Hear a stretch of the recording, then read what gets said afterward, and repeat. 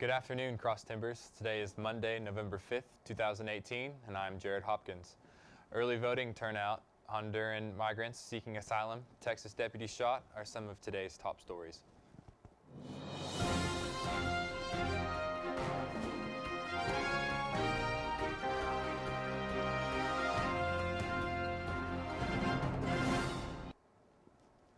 Tarleton's police department is giving back to the community and students through Food for Fines this November.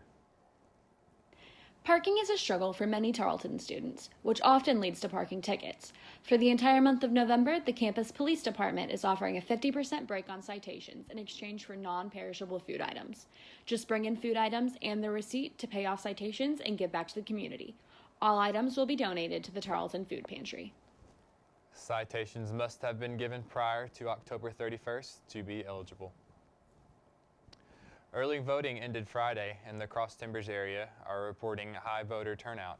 According to the Mineral Wells Index, 5,295 votes were cast in Palo County, which is nearly a third of registered voters in that county. Erath County Clerk Gwenda Jones reports that 5,352 early votes were cast in Erath County. 467 votes were cast early in Dublin. Election Day is tomorrow, Tuesday, November 6th. Erath County polls will be open from 7 a.m. to 7 p.m. Check the county's website on information on where to vote. We're going to take a quick commercial break. When we come back, learn about a Texas deputy being shot and more top stories. Texan Tan is one of the 2 tanning salons in Stephenville, Texas that is located above Big O's, off Washington Street, and across from the Tarleton State University. They are equipped with the highest quality of tanning beds and custom spray tans and are sure to make your tanning experience one of a kind. With very flexible hours and being open Monday through Saturday, Texan Tan will be sure to fit into your schedule. Whether you want to tan for months on end or just a couple tans, you can't beat the Texan Tan experience or prices.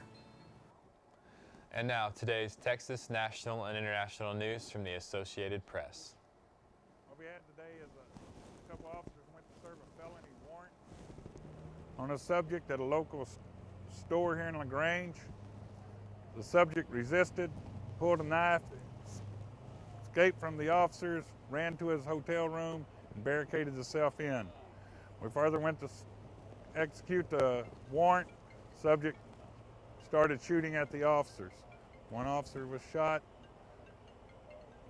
and is in critical condition, and the subject is in custody at this time. He pulled out a knife, and the officer on scene that initially made contact with him was cut in the hand by him. It was a failed to register as a sex offender warrant, felony warrant. In national news, Secretary of State Mike Pompeo announced that U.S. sanctions against Iran has taken effect. Today we're reimposing all sanctions that were previously lifted under the nuclear deal. This includes sanctions on energy, banking, shipping, and shipbuilding industries. Since the Trump administration came into office, we've done 19 rounds of sanctions, targeting 168 Iranian entities. Today's sanctions will accelerate the rapid decline of international economic activity in Iran since the implementation of our strategy in May. Since that time, since back in May, over 100 companies have withdrawn from Iran or canceled plans to do business there. It should be noted that if a company evades our sanctions regime and secretly continues sanctionable commerce in the Islamic Republic, the United States will levy severe, swift penalties on it, including potential sanctions. I promise you that doing business with Iran in defiance of our sanctions will ultimately be a much more painful business decision than pulling out of Iran and it being connected to Iran entirely. More than 20 importing nations have zeroed out their imports of crude oil already, taking more than 1 million barrels of crude per day off the market. The regime to date, since May, has lost over $2.5 billion in oil revenue.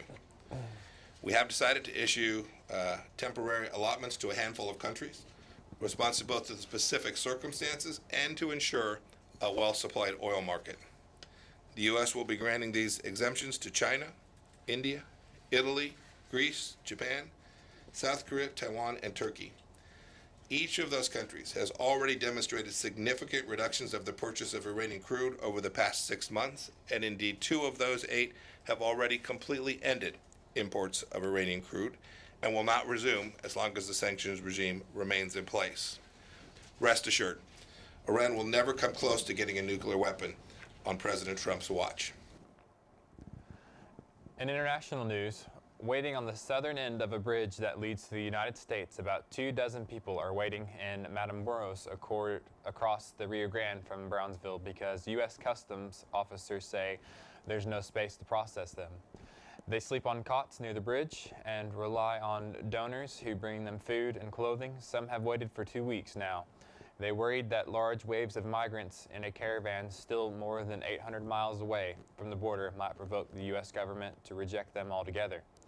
President Donald Trump last week threatened to detain asylum seekers in large tents and send as many as 15,000 active-duty soldiers to the border. He's also spoken of closing the border. U.S. government officials say the bridge remains open to asylum seekers. We're going to take another break for a commercial. When we come back, we're talking football. Ever wonder where you can get authentic Mexican cuisine in G-Town? Well, look no further, amigos. Montes is the place you're looking for. From delicious burritos all the way to mouth-watering breakfast plates, Montes will promise to give you a taste of Mexico with every bite. Y para mis compas hispanos, aquí hablan español, como si estuvieras ordenando comida en México. So what are you waiting for, amigos? Montes is ready to bring Mexican tradition to your taste buds. Phillip Rivers made his 200th consecutive start and kept the Los Angeles Chargers surging at the midpoint of the season. Surviving a late rally by Seattle's Russell Wilson, Wilson hit Nick Vannett on a 6-yard touchdown with 1:50 remaining to cut the Chargers' lead to 1 score. Seattle got the ball back with 1 minute and 24 seconds left at its own 22-yard line. The Seahawks were at the Chargers' 44 with 50 seconds left.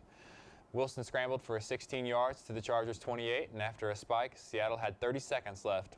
The Chargers won their 5th straight win with a 25-17 win over the Seahawks on Sunday.